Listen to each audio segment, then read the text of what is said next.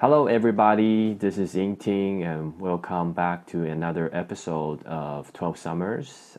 This is a podcast made for fathers and also anyone out there who is interested on the journey of being a father, being a man, being a parent. 12 Summer is a context and it's poetic, so I love it. It's a reminder for us fathers that we really don't have a lot of time with our kids, young kids. You know, I talked to a lot of fathers. They told me that you have this, at best, 12 years of intimate time with your little ones, and after 12 years, they become the young adult they're supposed to be. So we really have this 12 years or 12 summers to shape them, to teach them, and to be with them. This time doesn't go on forever. So I hope that this context bring you a sense of urgency when you're with your kids in the midst of, sometimes craziness, dealing with their emotions and diaper change and whatever. Just know that there's only 12 summers. So today we have Sara with us. She's an amazing woman, and I'll let Sara introduce herself. But it's such an honor to have Sara on here. She is one of the rare kind. She's a pure love and caring and joyful energy. And I've been wanting to talk to her for the longest time, and I think it's gonna be a treat for everyone out there. So, Sara, Hey, would you? thanks, Ting. I'm so honored to be here and to be talking with you today.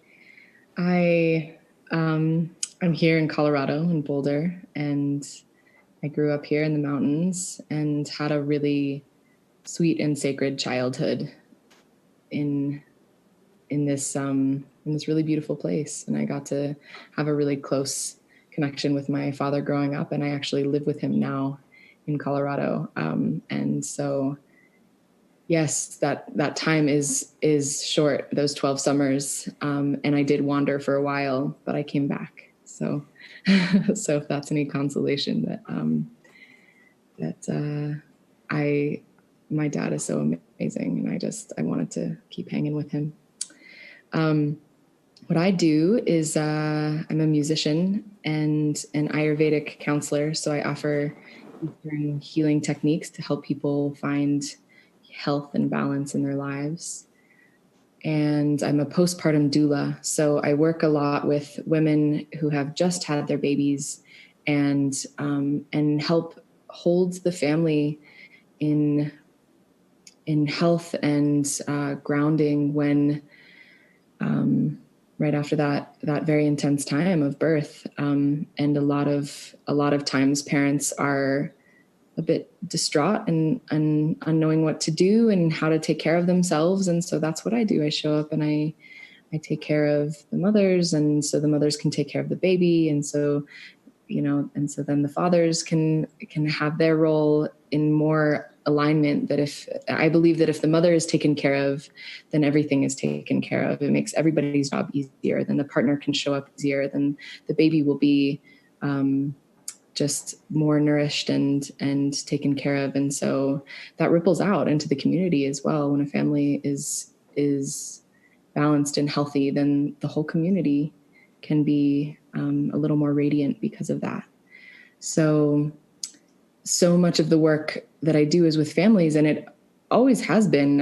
Since I was very young, I was a nanny. And so I've worked with many, many families, and I've helped raise a lot of children. And I'm really grateful to have worked with so many children, because I always consider them my greatest teachers. And so I feel that it's a great honor to be able to work with children and families. It's given me so much wisdom in my life to be able to see this little world and how it functions. Yeah, Sarah is a amazing musician, and but we're not gonna talk about her music today. For those that are lucky enough to have been connected to her music, you know she's one of the most amazing musician I know, and and you can find her music.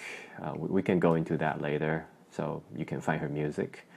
But I want to talk more about the doula uh, role that you talked about. Can you tell us a little bit more, like usually how much time you spend with the family after the child is born and what's going on during that period? What are the Mm. challenges? What are the fun things that you're seeing? What's going on there? Yeah. Yeah. Yeah. So my doula work started actually in birth. I was trained as a birth doula. And so, and attending births is, as the more that I did it, the more I realized that it wasn't exactly my place. But what I saw from being in births is how intense it is. It is one of, if not the most intense things that a person and a family unit can go through. And so, after witnessing that and seeing this is, it's a beautiful thing, and it's also can be very traumatic for a family to go through such a huge thing and have not the resources that they need to be able to recover and rejuvenate um, with greatness, you know, and come out and be the best they can be. A lot of times, especially in Western medicine, they're just kind of dispatched from the hospital, and families just go home and don't really have what they need to be able to thrive. And so after I got my certification in Ayurvedic counseling, I had this new tool, and Ayurveda is really amazing in using the earth to align people with basically nature's medicine. And so I had all these ways of helping a human ground themselves with nourishing food and herbs and lifestyle techniques that really help bring back into balance. And so I thought how amazing these tools would be for a postpartum mother and a postpartum family. And so I got another certification in what's called my technical term, my technical occupation, I guess, is an Ayurdoula. So I mixed the Ayurveda with the birth work, and now that's really what I do. Is I have this combination of Eastern medicine support with the knowledge that I have in the birth world. And then it seemed really appropriate after going to these births that, like, okay, well, where's the postpartum health? I know that there's some people out there offering this, but it's hard to find, and especially coupled with something as helpful as Ayurveda. So I found a course that offered just that offered Ayurveda in conjunction with postpartum health, and it was amazing. This course changed my life. It's called The Sacred Window, which is what we call that this postpartum time. It's considered 42 days after the baby is born. This sacred window, in Sanskrit, the word is called kaya kalpa, which means body time. And basically, after this time that a woman has had her baby, all the tissues in the body are supple and flexible, and in a way they can be transformed.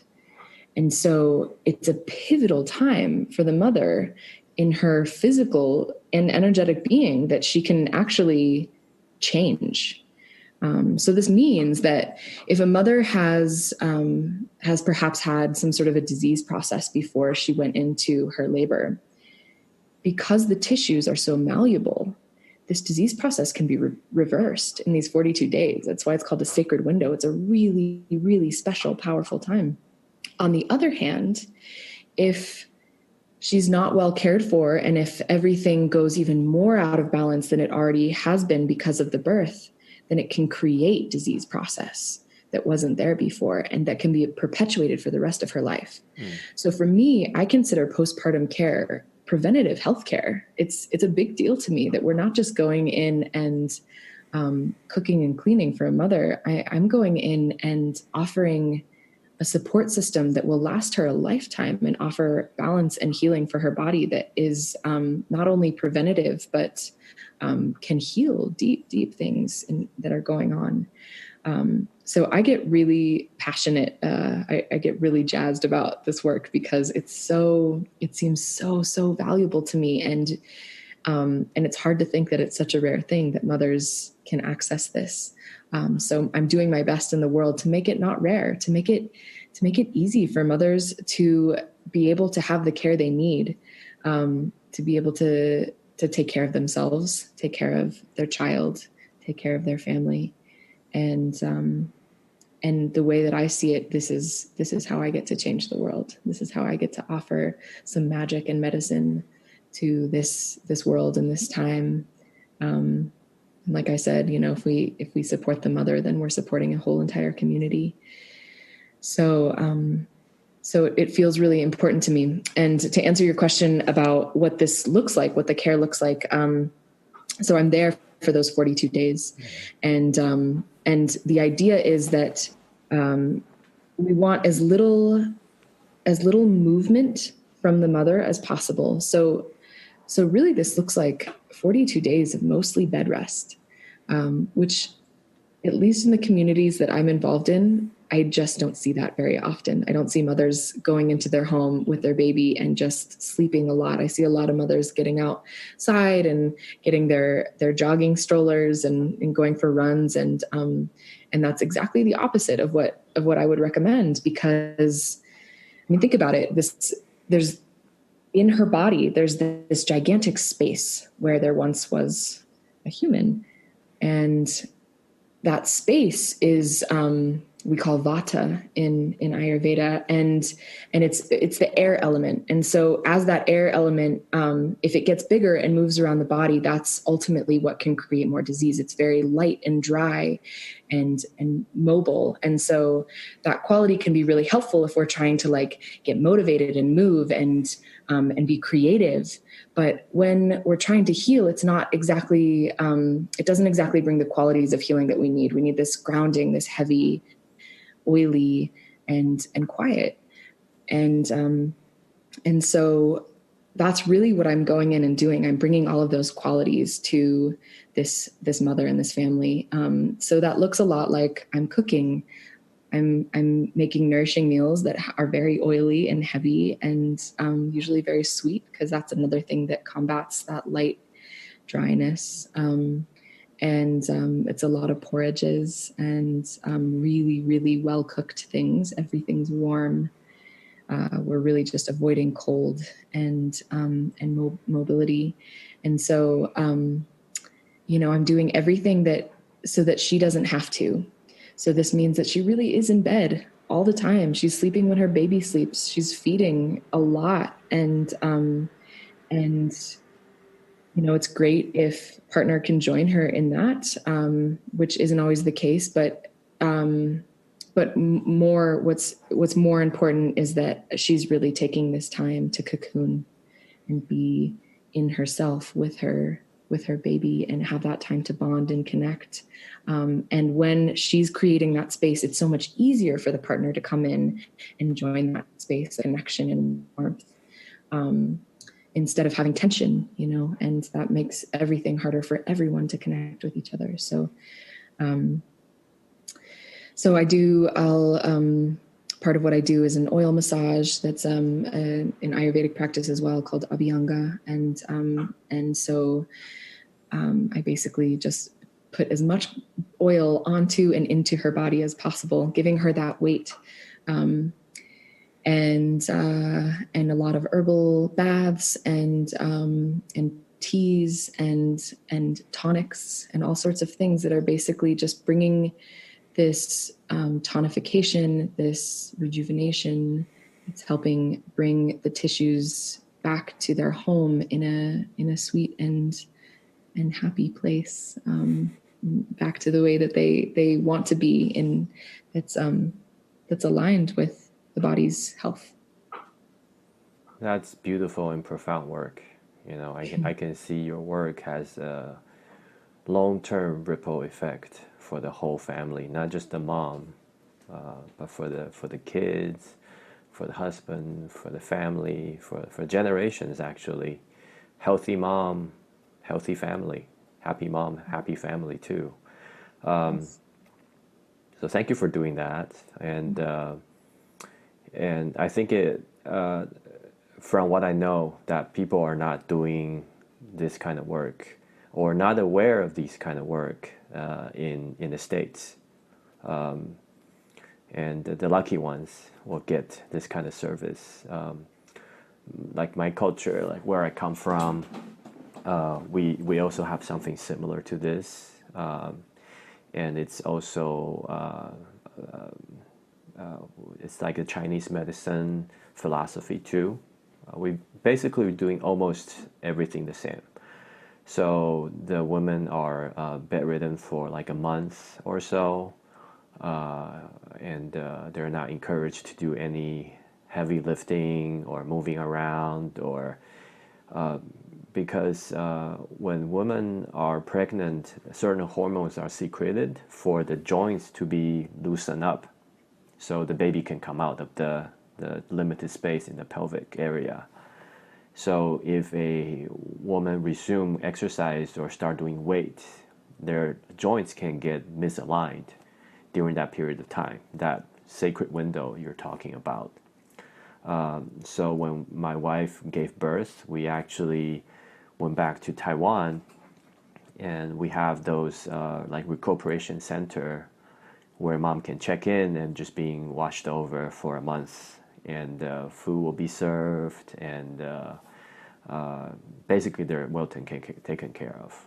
And I remember I joined my wife for that period of time. I mean, even with all the support, it's still super hard because when the baby come out, they need to be fed every 2 hours, and after each feeding, there needs to be a diaper change, burping, and that whole thing takes 30-40 minutes, and then gotta wash the bottles and all that, and then 2 hours later, well, actually an hour and 20 minutes later, resume that activity again. So I can't really imagine a mom without that kind of support. I mean, that must be super hard on their body, and it's bad for the rejuvenation of their system. I remember in my like in the older generation, they have this belief that if a woman has certain like sickness or in their body, a good way to get rid of that sickness is to have a child, because exactly like you said, that's a period of time they can actually, it's a sacred opportunity, sacred window for them to heal their body. So if they have some kind of chronic disease going on, a lot of them actually get a lot better after giving birth. And that's why some women, if they're being taken care of during that period, they have this amazing glow. They actually look younger after giving birth. So I'm 100% with you on that. I hope more people know about this, because this really has a long-term ripple effect for the whole family. Yeah. Yes. But we don't have the oil massage. That sounds amazing, though. I think that can greatly benefit the mom. We do have like special tea, herbal tea made, so help them with the milk production, and the wound healing, and also get rid of all the clots out of the body, that kind of stuff. So I see a very close alignment between different cultures, but really they're really speaking the same language, Yeah. talking about the same thing. Yeah. We do have one rule that my wife didn't like, is they are encouraged not to wash their hair during Uh-huh. that period. Yep. Is that true for the Yeah, your yeah, we see it in Ayurveda and India as well. And it's a lot because she has a lot of oil in her hair too. It's kind of nasty, but it's part of the tradition. right. And when I remember when she had to wash her hair, we ordered her this like ginger hair wash service.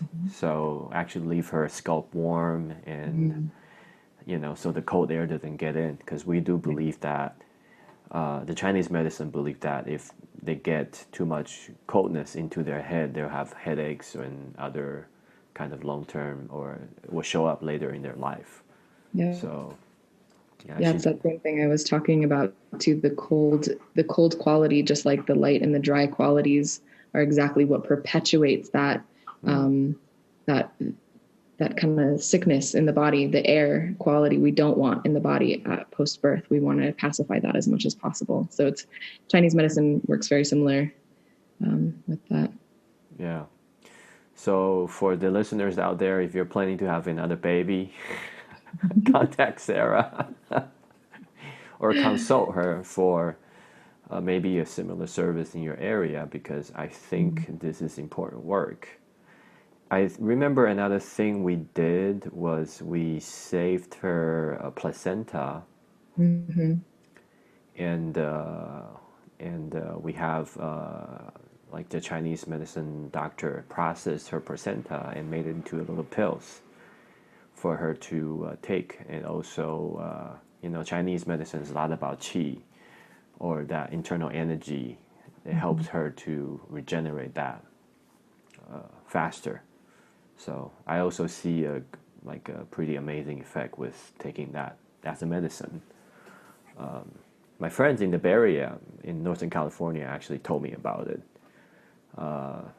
and so I talked to my friend who is a Chinese medicine doctor. It's like, hey, can you do that for us? And he actually came to the hospital with like a pot and collect the placenta, and he had to clean it and process it and mix it with different herbs and make it into a little pill for her. So yeah, is that Yeah, it depends. something? Yeah, it's I don't want to say controversial, but it is something that's debated about whether like some parts of Ayurveda will say that once something comes out of your body, you don't want to put it back in. Mm-hmm. So there are Ayurvedic practitioners that wouldn't encourage that, but at the same time, it's becoming a huge thing in this country, in the states, and also in the world. And I see the science behind that too. That there's certain hormones that have left the body, and they still exist within the placenta. And so to put those back in, especially when there's sickness or perhaps postpartum depression or something like that, to help bring those hormones back in balance, I see the logic in that as well. Mm-hmm. It's not something that I particularly offer, but I co-doula with a good friend of mine, and she does placenta encapsulation. There's some beautiful things you can do with the placenta, though. A lot of people will bury it and plant a tree. Things grow really well because it's Mm-hmm. such fertile tissue. Mm. And to put it into the ground, it makes the ground fertile tissue. So it's yeah, there's lots of beautiful things. The placenta, I think, is one of the most miraculous things about humans, and so I honor and worship that part of the body. And it doesn't matter to me what people want to do with it. It's all their choice, and I support it no matter what. Yeah, and I think it's all about balance. And Absolutely. I don't believe one thing will serve 100% of the population 100% of the time. That's why we had Right. the doctor actually kind of checked in on her and make sure he mixed that with the right herbs to balance her wherever her condition is and balance it out to normal. So I Mm. think that's true for any medicine. Maybe a small amount of something is good, but if you take too much, it's become a burden to the body. So I think it needs to be used carefully. Yeah, I I agree agree. with that.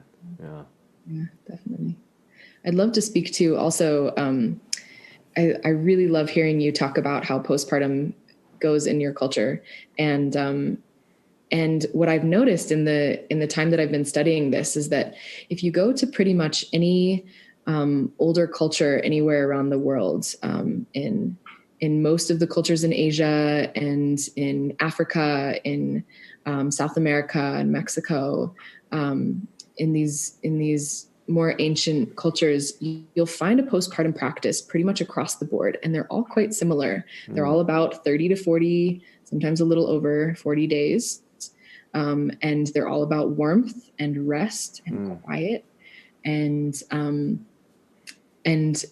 as I got deeper into the studies, it occurred to me that the States are one of the few places in the world that you don't see postpartum care in the same way that you would in anywhere else you go in the world.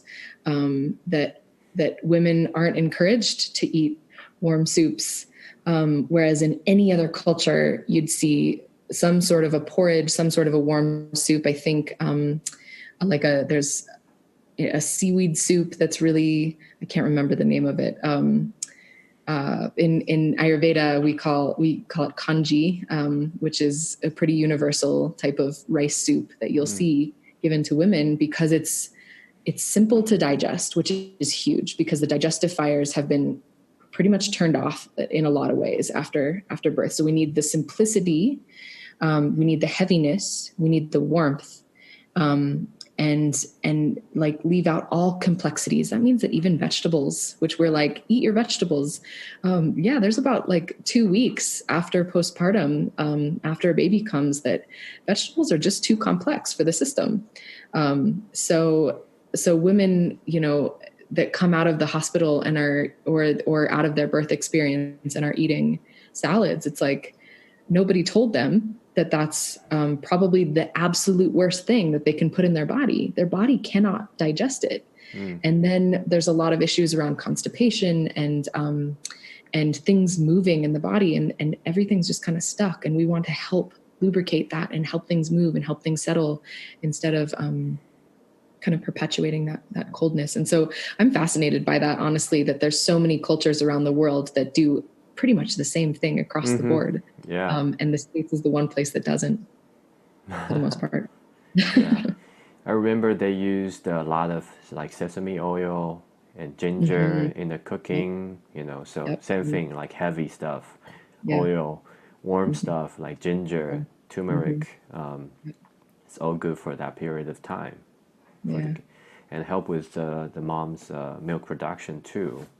Absolutely. Yeah, which is a very challenging period of time. The first 2-3 weeks, can be very hard. And we also talk a little bit about like adaptogen and your background means studying the medicine. Would you talk a little bit about that? How does that apply to general wellness, and how does that help someone balance their energy or well-being? Because I just realized I've been taking a supplement which I completely don't understand, but someone told me, hey, this is good stuff, take some. So I would love to hear more about that. Yeah. Well, to be honest, I'm not an herbalist, so I can't speak so much to that. But what I do instead, I consider spices some of the best herbs you can use. And so what I find that, especially even with my Ayurvedic clients, before I turn to herbs, I will make sure I really want to focus everything on the diet and the lifestyle, because if the diet and the lifestyle are in check, then there's less of a need for herbs. If the diet and lifestyle aren't in check, then herbs can't really do much. They absolutely have capacity to help.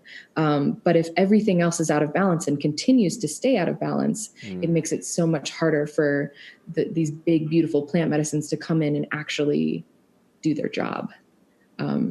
So the biggest things that I work with are in the diet, and I consider things like cumin and turmeric and cinnamon, some of the greatest herbs to access, and everyone has access to them and everyone knows how to use them for the most part, which I think is amazing. So when I'm cooking for a postpartum mother, so much of my herbalism, I'll say, comes in the form of spicing the food.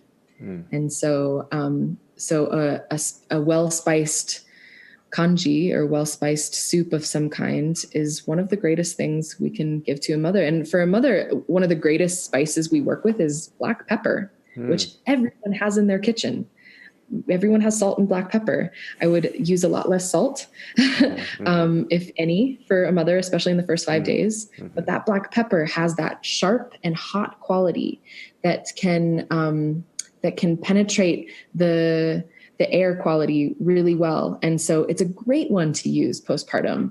And then there's things like cumin, which is one of the greatest digestives you can use, and cinnamon, which is heating, and it's, sometimes can create a little, it's a vasodilator. So it can create more blood flow. So in the beginning with a mother, I back off on the cinnamon and just a little bit, just to make sure that, because the first week or so, she'll still be bleeding quite a bit. Yeah.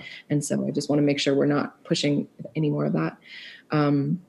But what I'm getting to is that the majority of the best herbs that I use are in the kitchen right now, and in most people's kitchen right now. So when I show up to a postpartum client, they don't need to have much for me to be able to create the perfect nest of healing, which says a lot, because that means that people don't need me to come in and create this. They can do it themselves. It's harder because the support is really valuable. It's for me to come in and be doing all the things so that the mother or the partner isn't, is incredibly helpful. But what I'm saying is that it's not absolutely necessary, that people can do this on their own. They can do it with the things in their kitchen. Everybody has these spices, and a bag of rice goes a long way.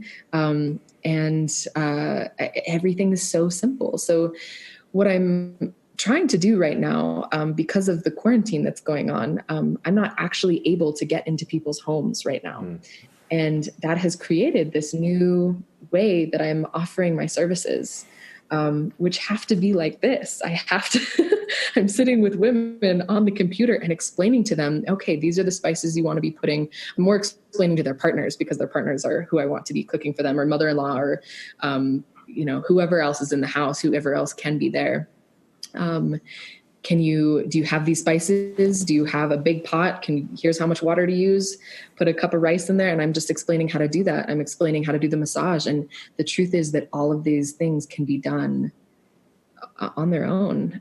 And a little bit of education goes a really, really long way. So that's more what I'm shifting towards right now. And it's actually, really amazing and fruitful, and watching people, it's empowering, because it's like, I'm teaching a family to fish. I'm not going to just bring all the fish. I'm going to teach you how to take care of yourselves, so that ultimately you all can thrive for the rest of your lives, and for any other children you decide to have. These are tools that last a lifetime. So yeah, all of that said, there are some herbs that I use that I do find really helpful. And only a few, but we talked earlier about ashwagandha, which is really, really amazing. I would use that later on in postpartum. I wouldn't use that right away. But it is an amazing, it's a root. And they use it a lot in Ayurveda. It grows a lot in India. So, it's really heating, and it's super grounding, and it helps the body calibrate to what it's needing. And that's a really beautiful thing. And the other one that I use is a mix of 10 different roots called dashamula. Dash means 10 and mul means root. And this mix of 10 different roots come together and create like the perfect combination of pacification for that air in the body. And so what I'll do is I'll make a big bath with that, and I put her in that with the herbs. And so the herbs can penetrate through the skin and create this it's such a nice grounding effect. So women will get out of the bath and look like a completely different person. It happens almost every time. I'm always like in awe of how powerful these plants can be when used. And it's very simple, you know, like it's, like I said, I don't use many herbs. And I don't feel like I need that many herbs. I have a few in my little medicine pouch that are amazing. And other than that, like it's really about the spices. So that's my take on that. When you say simple, does it mean I can find it on Amazon? Yeah, actually, yeah. Yes. You totally can. There's an That's the amazing website. definition of simple for me. Yeah, for sure, for sure. There's an amazing website called Banyan Botanicals, and they sell all of their things on Amazon. See. And you type in Dasha Mula into Amazon, they should be selling that. If not, then you can go directly to their website. But yeah, it's amazing how many medicines we have access to at the click of a button. And you don't have to mix it yourself, right? Now you have to buy 10 herbs and Nope, grind it's it all up. together. No, Nope, it's already only thing, yeah, packed. just Okay. in hot water. Okay, that is You simple. can drink it as well. It's a great tea okay. as well. It's really, yeah, the taste is a little intense. It's roots, you know, it's very earthy. I like see. it, but not everyone does. Do you recommend drinking it while they're in the bath? Just drink the bath water. I mean, well, I don't know about that. But you can absolutely drink the tea as well, you know. And what I'll do is decoct it, and so make it really strong, and she can have that, you know, once a day in the afternoon. It's a really nice time to just bring everything back down. Is it also recommended for people who are not in that period of time? Just for anyone can enjoy that? Yeah. Yeah, it's a great one for people who have a lot of vata symptoms, that air quality. So the biggest ways that we see vata in humans, in imbalanced vata, I should say, is things like sleep disorders.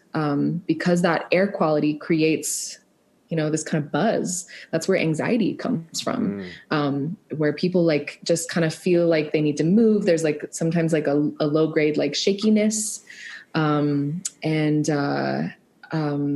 constipation is the other really big one that we see a lot with vata because of that dryness. And the colon, when it's not dry, or when it is dry, that is one of the greatest contributors to constipation. So those are some of the most rampant health issues that we see in our culture, over and over and over again. These are the people that are coming to me as clients, and with these issues. And so I really see vata as one of the greatest contributors to disease. And that's true just because it's the, what we call the dosha, I didn't explain this in the beginning, but Ayurveda has 3 doshas: vata, pitta, and kapha, and each of them represent an element. So vata is the air and ether element, pitta is the fire and water, and kapha is earth and water. And so out of those 3 doshas, elemental properties, makeups, vata is the one that moves everything. So the other 2 doshas can't do much without vata moving it. So we always, in some way, we're always somewhat treating vata. And I think in this time with people so mobile, like people are in their cars, driving around, eating while they're driving, on the phone all the time. We live in a super fast-paced time. I think that is just automatically going to create imbalances in this mobile air quality. And so regardless of whether a woman is postpartum or not, that's a lot what we're treating with people. More so with postpartum for sure, but with most people, that's really what we're going to. So do everyone like naturally have their own different combination of doshas, like the elements of different energy? And like, do you have to kind of tune into where they are with their doshas? I'm not sure if I'm using the language right, but yeah, correct. And then you give them what they need based on their kind of baseline. Yeah, exactly. Yeah, humans are snowflakes in that we each have our our own individual makeup, our own individual constitution, and no one else's looks like that. So yes, there's only 3 doshas, but those 3 doshas will express differently in every single person. So some people maybe have more fire, some have more water, some have more earth, but the combination is perfectly different for every single person. And so, yes, a lot of the ways that I will work with people is I'm looking at where that constitution, when they came into the world, as when we were born, we had this certain constitution. That's like our primal, our original constitution. And then as we go through life, things shift, like life comes in and throws things out of balance, and that's just life. And so now there's this constitution of who you are now. Where are you right now? And everything that I'm doing as a practitioner of Ayurveda is to get people back to the original constitution, and that's health. So a lot of the ways that I can feel this is through the pulse. That's one of these ancient diagnostic techniques that is so beautiful. And my teacher, Dr. Laud, he is an amazing practitioner of this and teacher of this. And so I had the privilege of studying with him and learning pulse diagnostics. But that's just one way. I mean, I look at a tongue, I look at a face, I look at how someone walks and talks and breathes. And all of these are diagnostic tools. And so it's really amazing. We really wear our well-being on our being, on our body. And when given the ways, the tools to be able to look at that, I can see a lot from just, talking to a person, which feels like a magical power to me, but it's really just very simple, ancient 5,000-year-old science. That's amazing. That's what Chinese medicine do, is to feel the pulse. Yep. I remember I went to see a Chinese medicine doctor maybe 10 years ago. My dad is a physician in Western medicine, so that's not our thing, but 10 years ago, for some reason, I went to see a Chinese medicine doctor for some stuff I'm going through, and he just put his fingers on my wrist, and after 20 seconds, he was telling me about my lifestyle. It's like, okay, you go to bed after midnight, and you consume this type of food, and this is how you feel. Generally, your energy level goes up or down at this hour. It's like, wow, how did you get that in 20 seconds? That's a lot of information, So there is definitely some technology there. And for all the fathers out there that's listening to this and wondering why we're talking about this period of time after a woman gives birth, is I remember I was talking to one of my friends, Yosef, Yosef, and he just had a baby, and he's like, "Oh, Yingting, I feel so useless," like, and his baby was like 2 weeks old. It's like there's like, I don't see my role in supporting this baby. There's nothing he can do for this baby except for changing diapers, right? But the baby don't really need a father during that period of time. I mean, it really depends on the mom to keep the baby alive and growing. And I feel like that too when I have my child. It's just like there's nothing I can do for the child, but there's a lot of things we can do for the mom, for our wife. Yes.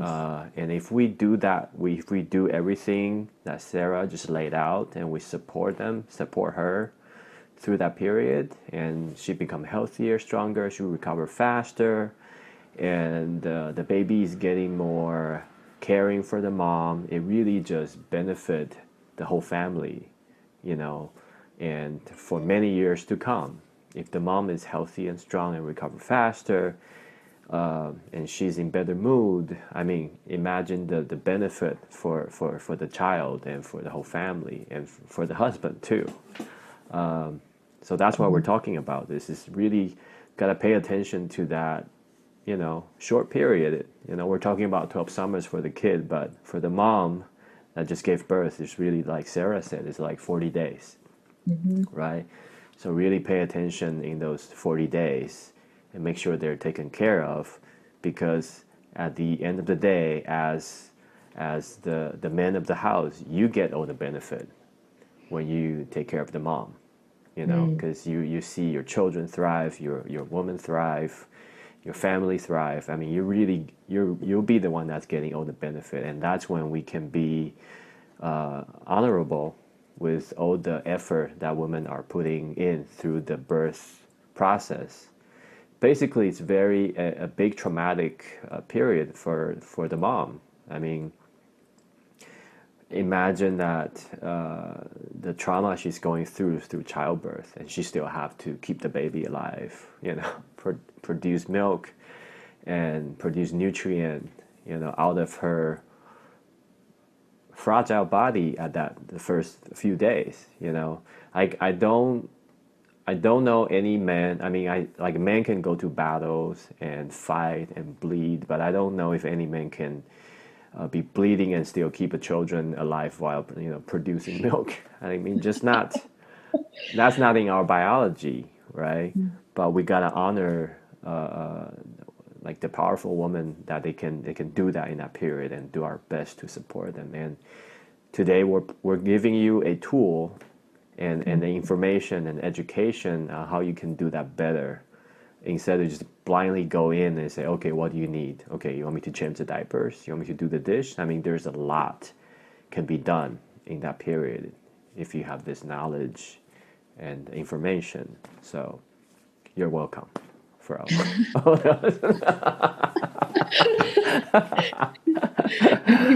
You're right. Like, this is huge. This is I really appreciate you saying all of that, because so much of what I do is working with the partner, the father. Mm-hmm. Because if I'm not there, or I can't be there, like right now, I can't be there. It's up to you, dads, to show up and take care of a mother who needs you right now. Mm-hmm. And you really have a good point about that too.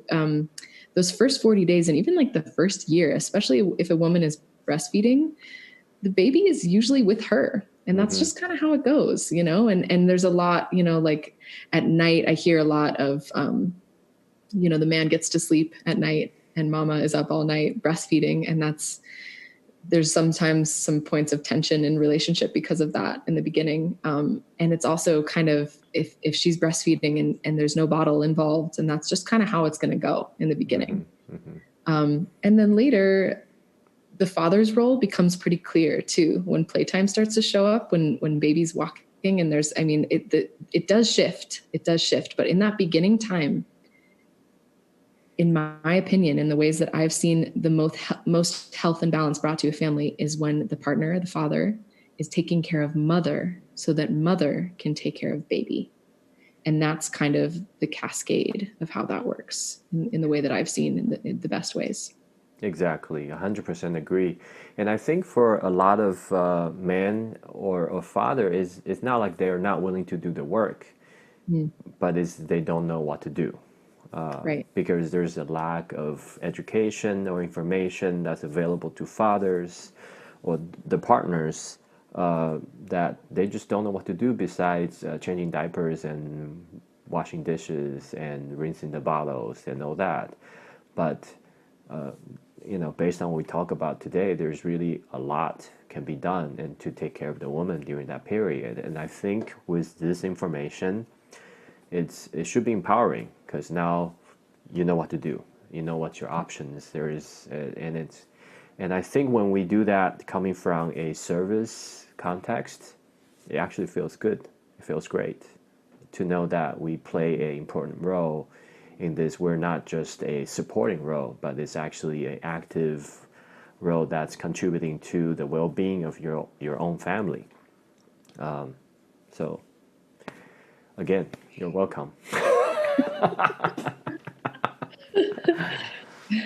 Yeah, Yeah, well said. yeah. Well, let's shift gear, and um I'm interested in how in your own childhood or in your own journey of growing up, like what happened, and how does this amazing, loving human being, how does it, what happened for this to happen for the Sarah right now? I'm curious. What's your relationship with your parents, with your dad, with your mom? Like, what's going on there? How do we raise an awesome human being when they're in their 30s and turn out to be like you? Well, thank you. um, I have such awesome parents. I'm really grateful for both my mom and my dad. They were really young when they had me and unprepared, supposedly. And How old, may I ask? my mom was 23. My dad was, I think, 29, maybe turning 30. And and so I wasn't exactly planned. And I guess that's where I get the term like supposedly unprepared. But they were amazing. They didn't have much when I was born, and so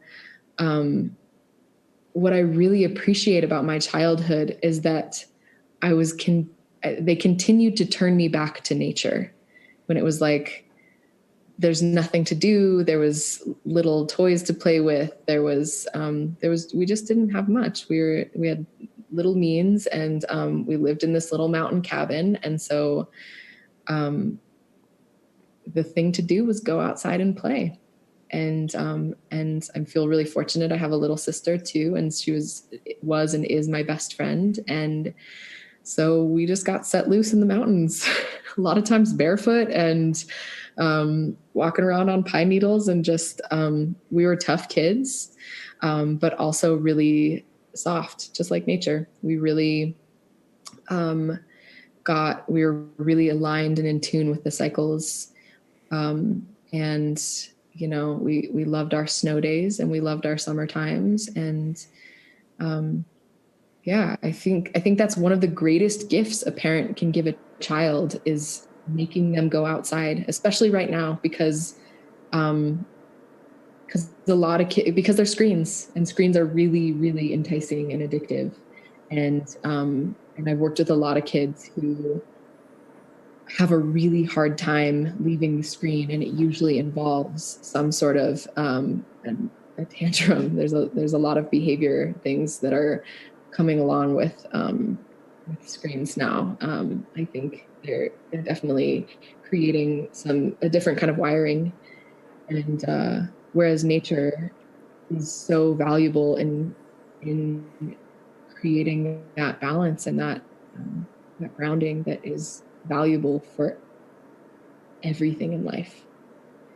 I just am a better person when I get more nature time. To this day, it is still one of my favorite and greatest practices that I continue to go back to. So thanks, mom and dad, for for teaching me that, and teaching me to value what I consider the most valuable things: earth and water. These resources that are their life. This is life. This is our food and our water. This is our nourishment. This is our sanity.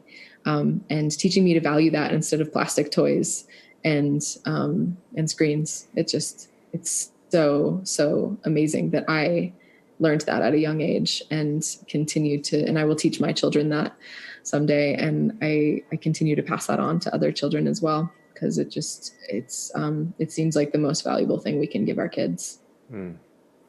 Yeah, not having much might be the best blessing in disguise I for agree. for a young child. I mean, I think a lot of parents think that the kids need fancy toys that makes crazy sound or lights to stimulate their process of developing their brain. And actually, study shows that it's actually a distraction because when kids are seeing all the blinking stuff with noise, yes, it's very stimulating, but it also inhibits their imagination because those are so strong, so overtaking, and actually hurts their imagination, you know.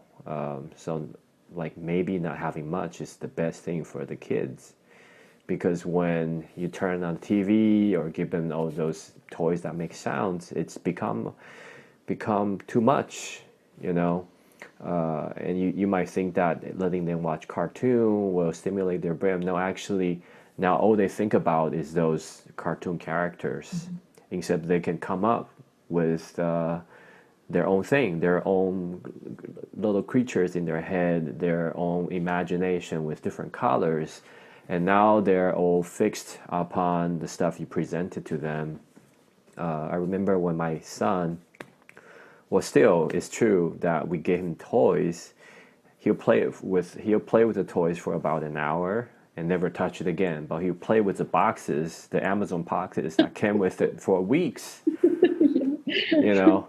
And after a while, I was like, why do we even bother to buy him toys? Just give him boxes, you know, and he will come up with 10, 20, 30 different ways to play with the box. Sometimes it's the car, sometimes the castle, sometimes the tent, sometimes it's something else that I don't know what it is.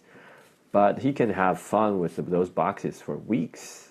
And he can play in the sand for hours. I mean, those are just the most basic and simple stuff. There's really no need to buy expensive toys for a young kid, you know.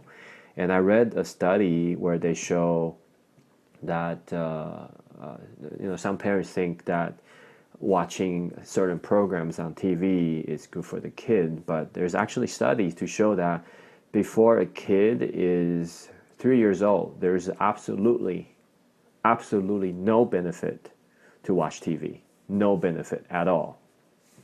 They compare their attention, ability to stay focused, to pay attention, even their IQ, and they compare the kids that watch TV and that don't. The kids that don't watch TV just outperform the kids that watch TV. So if you want your kid to have a advantage over other kid in their brain development, in that sense, like don't really manage the screen time before they're 3. And the study also showed that between 3 and 5, it's kind of gray. Like they don't know if they watch TV, there's benefit, just kind of unresolved. But after 5 years old, there is some benefit of watching certain programs, like a documentary or short film, with the condition that the parent have to watch it with the kid. They'll only get the benefit if the parent watch the program with the kid and they process it together at the end. Yep. Right. And I fully agree with that. It's just like, some people think if when the kid is in the womb and they play like a language program by the belly, they put like those belly speaker on the belly, and they place a program to learn a second language. Kids just don't learn that way. There's no way you play the language and they'll come out speaking a second language. It just doesn't work that way. Kids only learn from interacting with adults or their parents. That's how they learn the language, not through. I mean, adult can do that. We can get out Rosetta Stone and start picking up a new language, maybe. But kid doesn't learn that way. So it's really about the parent interacting with the kid for them to get a benefit. So we do pay attention to screen time for the kid, and I'm so grateful. We just, no cell phone, no iPads, no TV, even no radio. Just we pay attention to the music they listen to, and I think it's helping. And every time my son get his hand on the cell phone, he'll throw a tantrum for us to get away from him. And we do let him to play with the phone for our FaceTime with the grandparents. That's the only time we let him use the phone. Yeah. But now he's old enough that he wants to get into other apps. I'm like, no, only FaceTime. Yeah. And it's for adults too. I mean, we should really limit our screen time, you know. Yeah, yeah. I personally are not doing a great job around that. These days. So, but my kid doesn't know that. I think too, what's kind of difficult about all of it is that it takes a lot more energy to take screens away from our kids. What that means is that we are showing up as adults, as friends, as parents, as teachers, so much more. And we're actually showing up with quality time for these kids, which is absolutely the most nourishing thing we can do for them. And it takes a lot more energy for us. And for me, the trick has been to make that, like, really find the joy in that and knowing how precious this time is. And these 12 summers, this is it.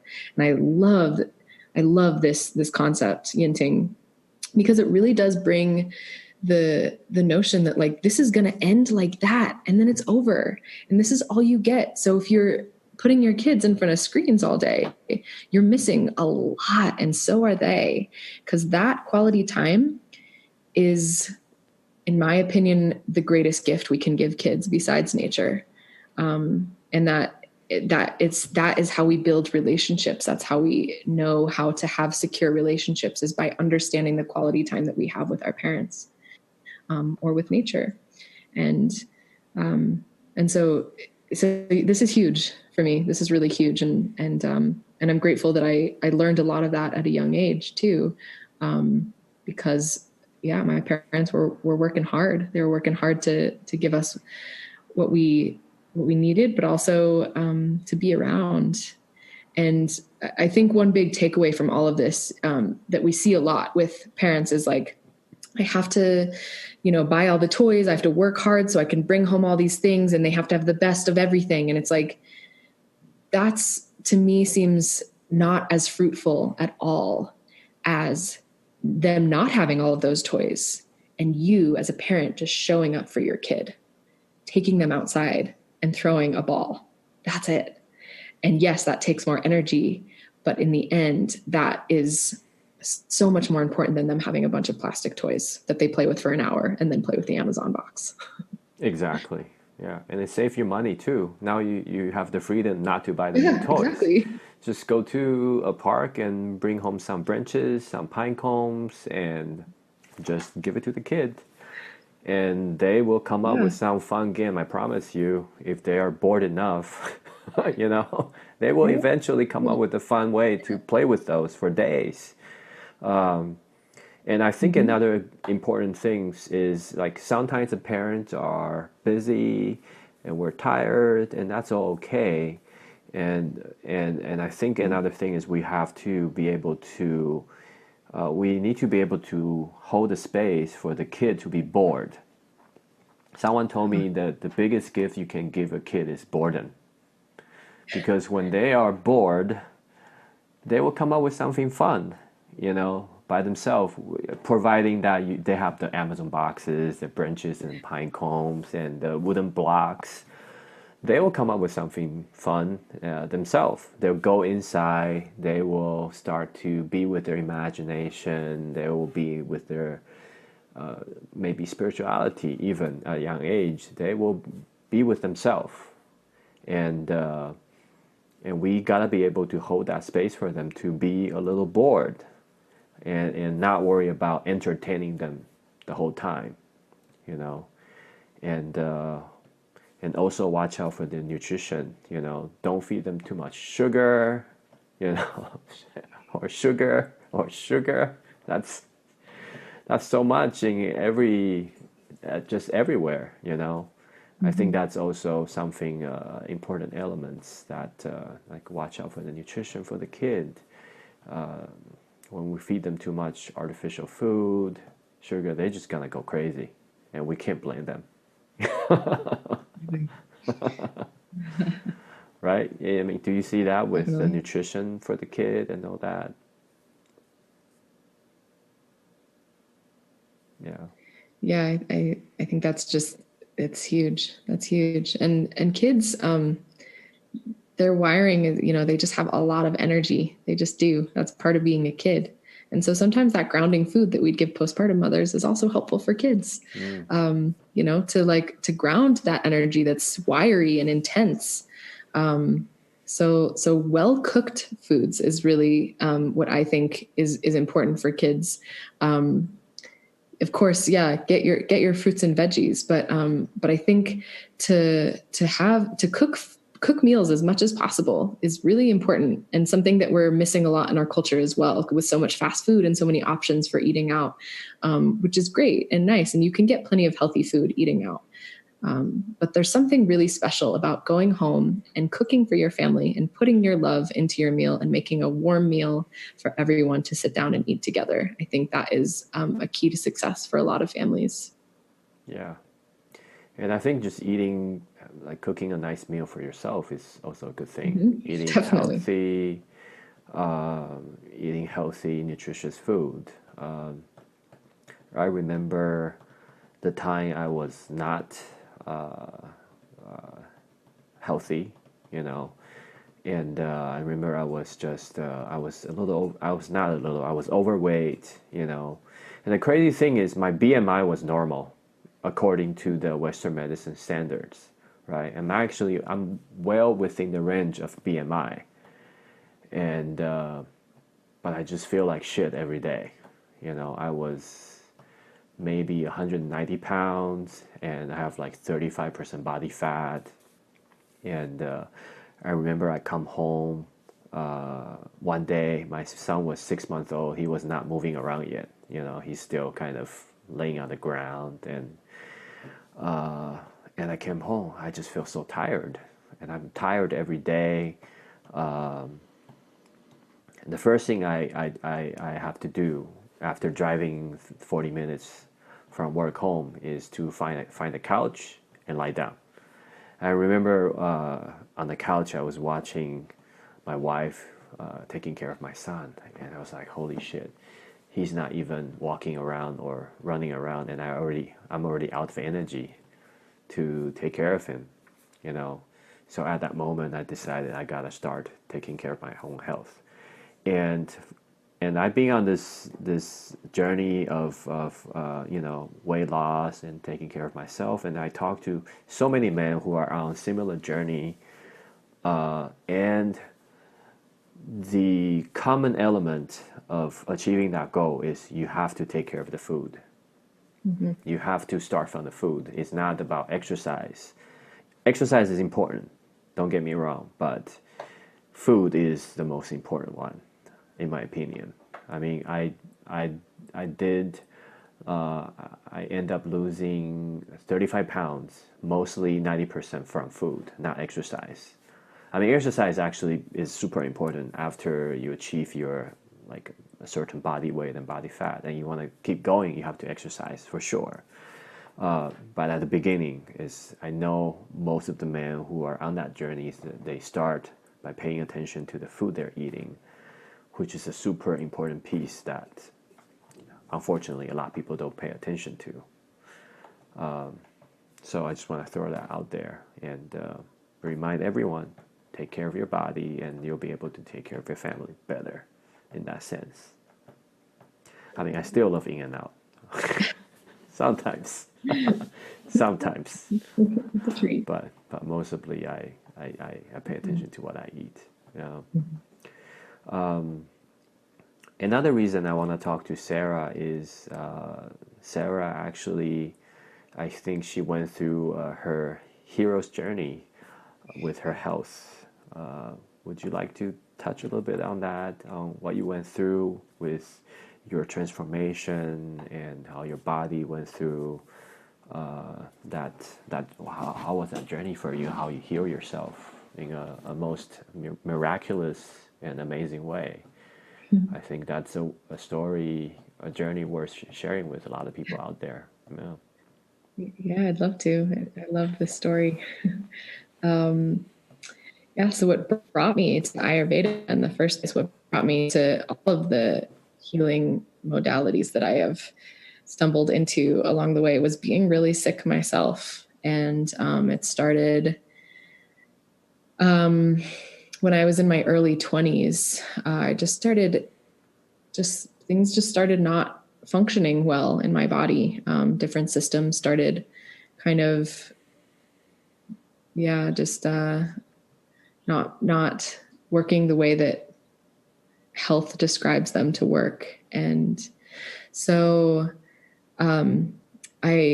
I got caught in the Western medical cycle of just going back to different ologists, just different people who specialize in one thing.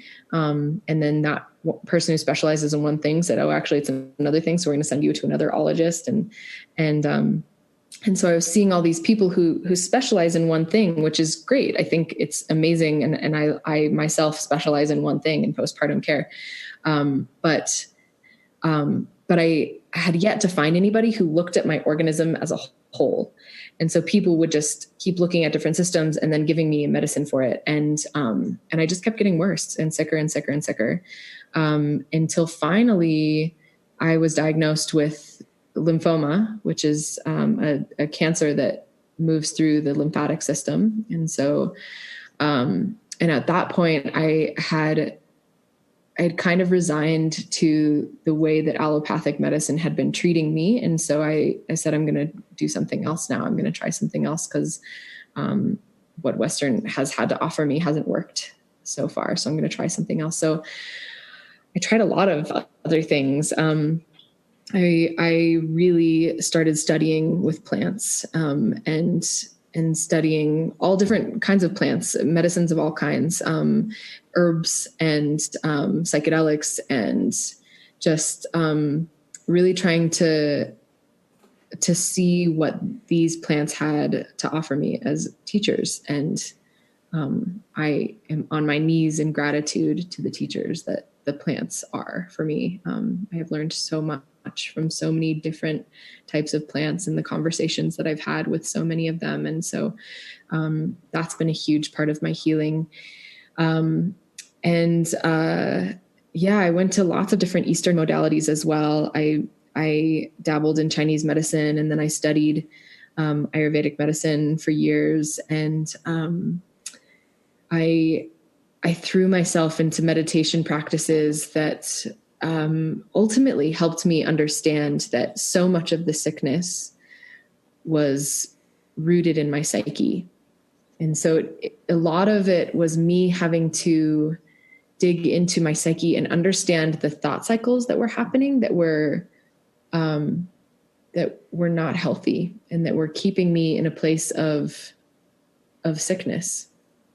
And so in truth, so much of my healing came from understanding my thoughts that were literally self-destructive.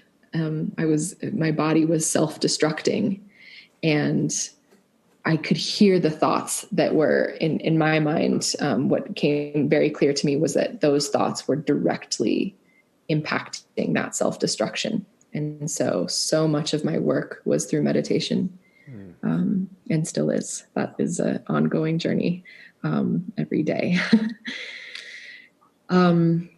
Ultimately, after years and years of practices and just learning, understanding, growing, working with many different teachers and medicine people of all kinds, I ultimately found that the greatest way to find healing is to return to myself.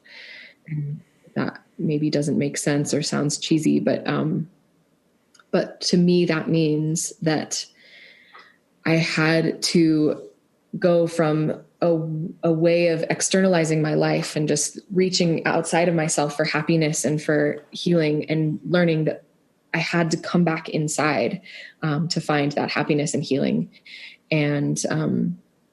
And ultimately I found it in music and among other things. But ultimately, when I was first diagnosed, I had tumors right at the base of my throat. And to me, that's so symbolic of this place of this passageway between my heart and my voice.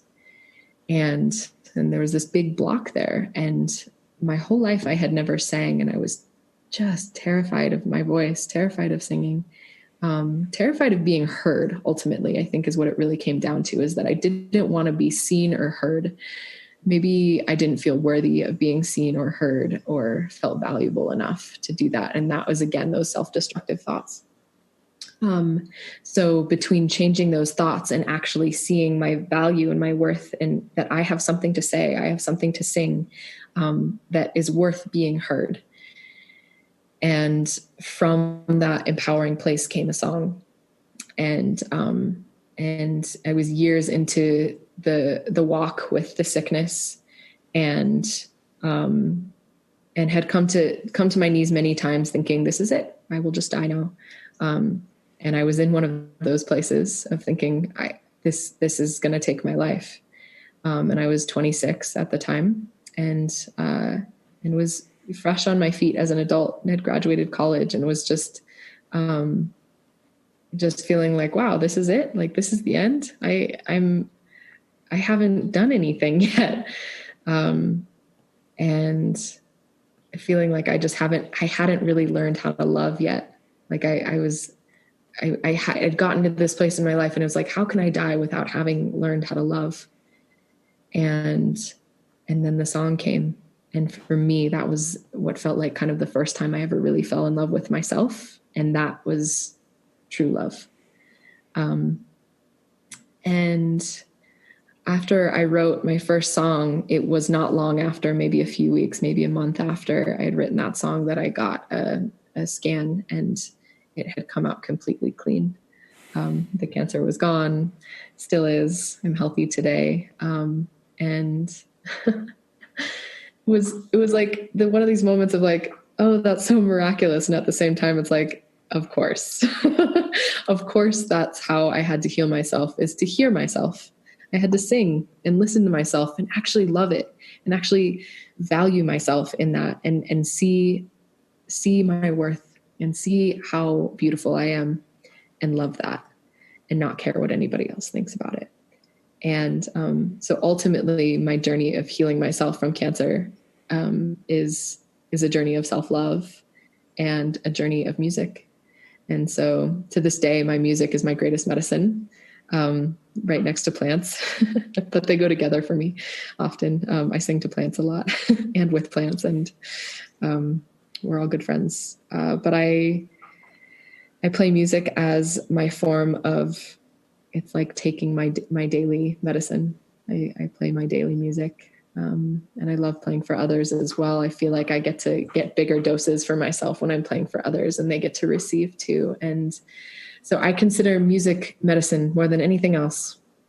Yes, it's soothing and calming and nice to listen to, and it brings people into a nice state often.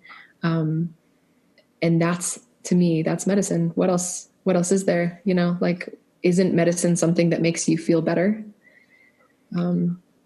So that's how I consider it. And that's why I play it, and I continue to play it. And I just last year made an album with my sister, and it's an album of our medicine music. And that is like, it was kind of like a birth for me to birth that.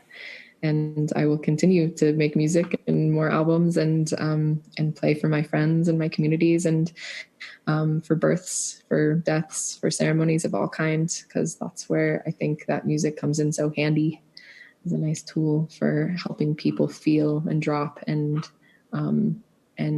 be okay. I just love hearing you telling that stories every time, you know. Well, it reminds everyone that like miracles do exist, you know, but I don't want to say this is just pure miracle. I do want to honor you for your patience, your courage to stay with the disease for how many, years, Mm-hmm. like I can imagine even me, I might just go run to a surgeon and say, oh, please cut it out for me and do radiation and just let's get rid of this because I'm so afraid to be with it. So I do want to honor your courage and your faith to be with that for I don't know how many years, but it must be a very tough journey. But because you have faith, that you have patience, and you have trust within yourself and with the universe or the spirit, you actually found the source of it and got rid of it. And people might say that's a miracle, but it's actually a lot of work behind it, tons of work behind it. It's much more challenging than just go to a surgeon and say, please remove it for me. And I do want to honor the Western medicine. I do appreciate Western medicine. I think the science, the community, and the doctors out there, they're all amazing, and they do serve an important purpose. But also, on the other hand, I do not know anyone who become healthy because of Western medicine. You know, you can get rid of an infection. You can overcome a trauma or infection because of Western medicine, but no one become healthier from that. You know, no one got rid of their chronic disease from Western medicine. It needs to look outwards and find more resource and other technology to help you with that. And I remember the first time I heard your music was through a recording. And I remember the person that was playing the music said, oh, this girl, she had cancer, and she never sang before that.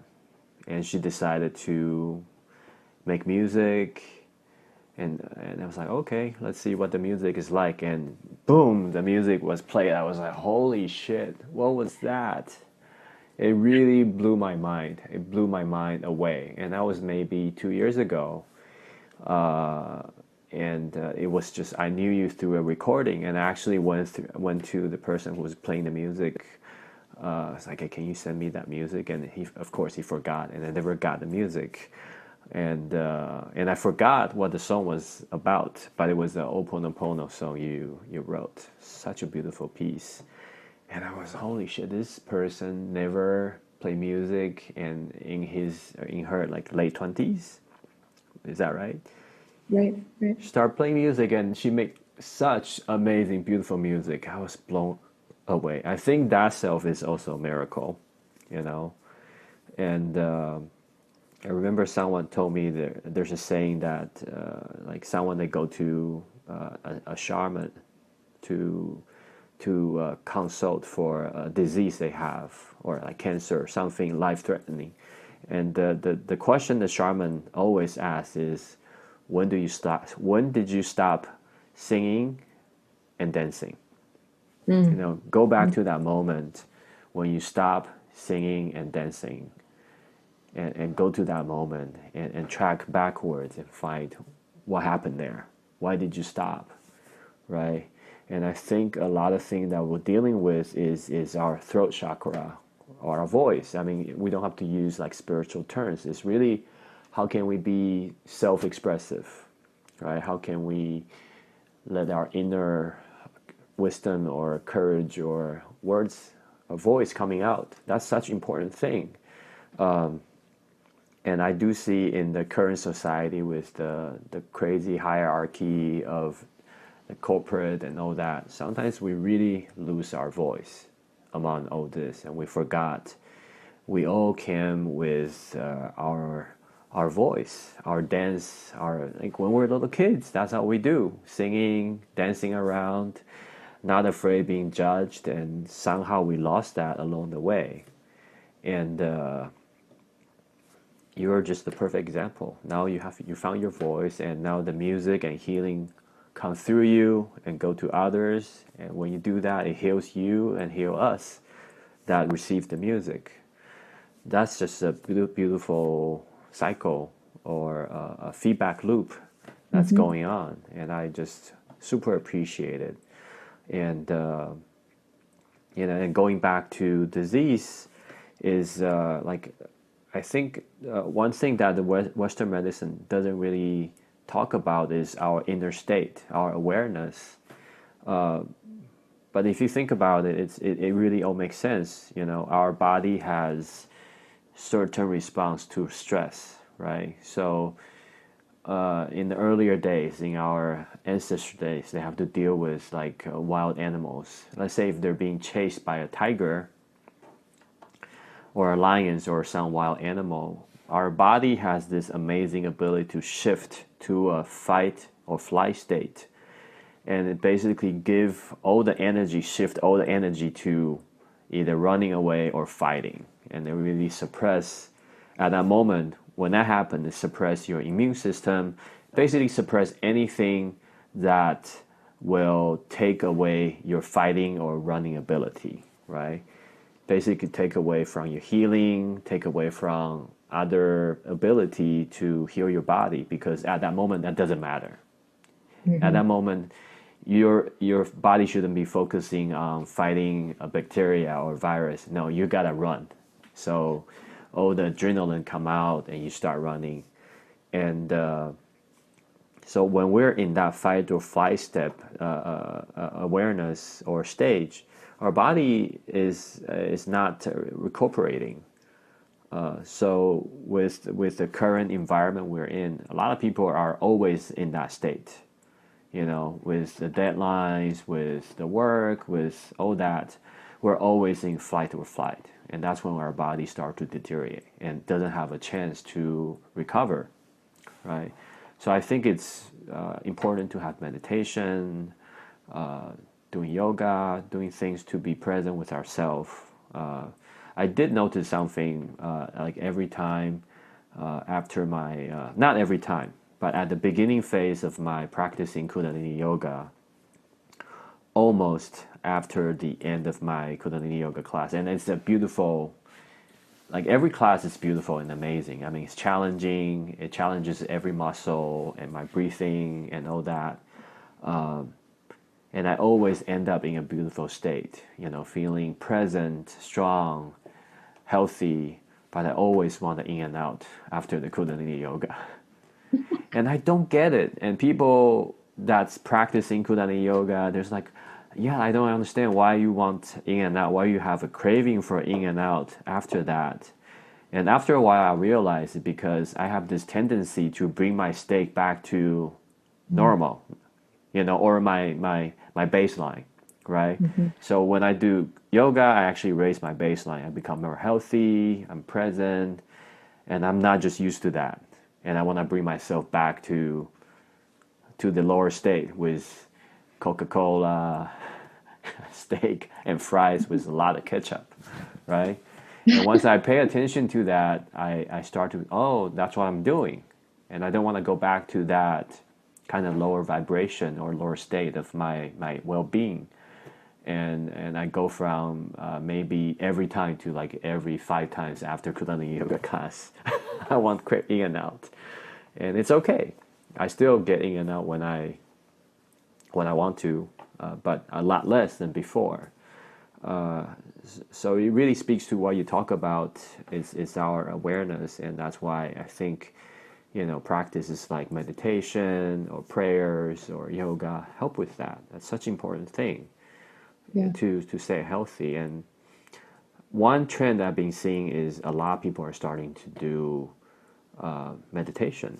I think that's a wonderful thing, or yoga. I remember I talked to one of my buddy who is a kick-ass martial artist. He's like a real life badass, and he teaches martial art to kids and adults.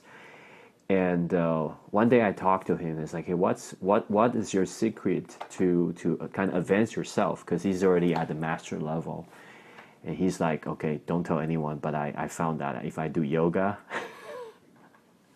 I can take myself to the next level. He was like, but don't tell anyone. I'm not ready to let people know that. But I'm not letting one. I'm not speaking his name, so it's still confidential. But I think there's a reason that doing such a calming or peaceful practice is helping with the martial arts, because it's really at the end of two spectrum, martial art and something you just sit there and be still or meditate. It's actually helping each other to push the boundaries to both ends. So I don't know how we got there, but it was inspired by by your journey. Yeah, yeah, and I really love that story because it's very empowering. You know, it's even like someone can go from having cancer to where you are. Now you're a healer. You're helping others to heal their body. You're helping mom or family to heal. That's just such a beautiful journey, and it's such empowering story. I think everyone needs to hear and deserve to hear. And empowering because I'm not unique in that. Anyone can do this. It's not like I'm a special person. I just made this choice to heal myself. And I'm with you too that I don't knock Western medicine. I think it's amazing. If I broke my arm, I'd be super grateful to have Western medicine. And I just believe that there's a place for everything. And it didn't have the place, at least in the beginning of when I was first diagnosed, that was just not the place for Western medicine for me. That was the place where I had to go inward and really learn about myself and have self-discovery and self-knowledge blooming. And yeah, I guess what I'm saying is that that's for everyone. We all have that right. It's our born human right to be able to go inward and discover ourselves and have happiness and find that within ourselves. We all have it. So if anything, I love that story can hopefully empower people to know that it's not just me, it's you too. Anybody, it's anybody who wants that can have it. It's within you right now. I love that. And before I forget, how can people find your music? Do you have a website, or where can they find you? And and I highly encourage people to buy Sarah's music. I mean, I'm sure you can find it online, but I highly suggest you make a donation. Number one, it's good karma because this woman is a healer, so your donation is actually going to help someone directly as the end result. And also, I think everyone should support more healers like Sarah out there, and it's just amazing, beautiful stories. And by donating and supporting her music, she get to make more music, will directly benefit me, and a lot of people. So that's why I want to make it a point that where to find your music and how can they make a donation or purchase your music and further your journey into making more amazing music. Thank you. I really, really appreciate that. Yeah, so my music is available pretty much anywhere on the internet that you buy music. It is available on Spotify, but if you'd like to donate, donations are super appreciated, especially right now in this time. And so the best way to do that is our album is on Bandcamp, and you can give whatever you want on Bandcamp. And that's where my sister and I make the most money. Most of those other venues like iTunes and Amazon and all those other music venues, they really don't give the musicians very much. It's a small percentage of what they are asking for. So if you would like to support the musicians, the medicine musicians, the best way to do that for us anyways is Bandcamp, or get in contact with me directly. So the way to look up the album is the Emmitt Sisters, Emmitt Sisters. And you'll find our album. It's called Moon Over Mountains. My website is being built. It's not up yet. It will be soon, and we'll have all the information about my music and my doula work. But if you want to get a hold of me for any doula inquiries or music inquiries or Ayurvedic inquiries, the best would be my email, which maybe we can post it here afterwards. But just to say it, it's my last name, Emmitt, and then s16@gmail.com. And that's the best way to get a hold of me for anything. I'm available and happy to help people, especially virtually right now, with anything from herbs to babies to music. I taught a guitar lesson yesterday. I'm doing it all. Oh yeah, for the listeners out there, you'll be lucky to have her service in any way, either through music or doula or consultation. You'll be the most fortunate person in the world. So, and I think I'll also include a link for Venmo. Uh, I'll say if you just even listen to her music on Spotify, just find a way to contribute to the value you feel you received, and knowing that everything that you give will be given to hundreds and thousands of other people, which is a really good thing, you know. So we'll include the link or a barcode for people to do that.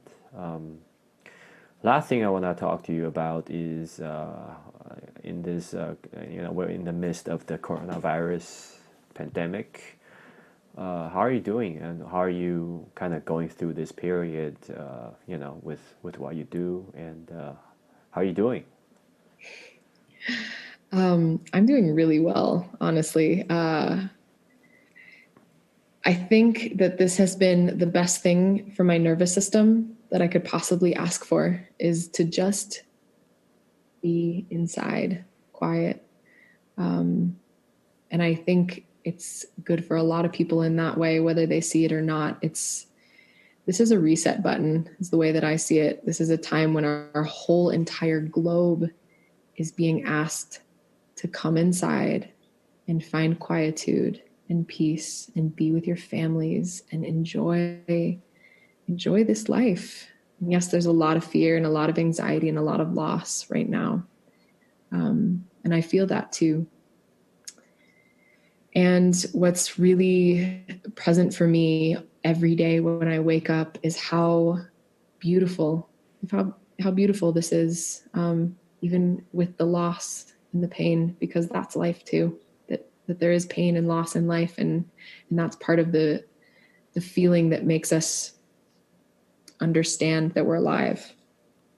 But the value in taking time to slow down is it's beyond it's beyond anything I could ever ask for. So I'm incredibly grateful for this time, and to be able to still connect with people and do my music therapy sessions online, and to do my Ayurvedic consults and my postpartum consults online. I'm really grateful that most of my work can be done virtually.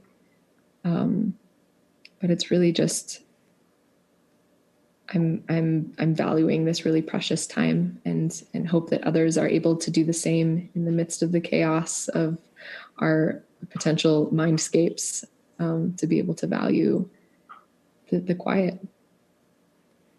I'm with you. I also, appreciate. I mean, I see the gift, the hidden blessing that's in this crisis. I mean, I've been kind of stuck indoors for the past 13 days because I traveled. For those who don't know, I traveled to Taiwan, and there have a mandatory 14 days quarantine, and it's not like the California like safer at home or shelter in home, where you can still go onto the street and take a walk around the park and buy groceries. Like I'm indoor 100% 24/7.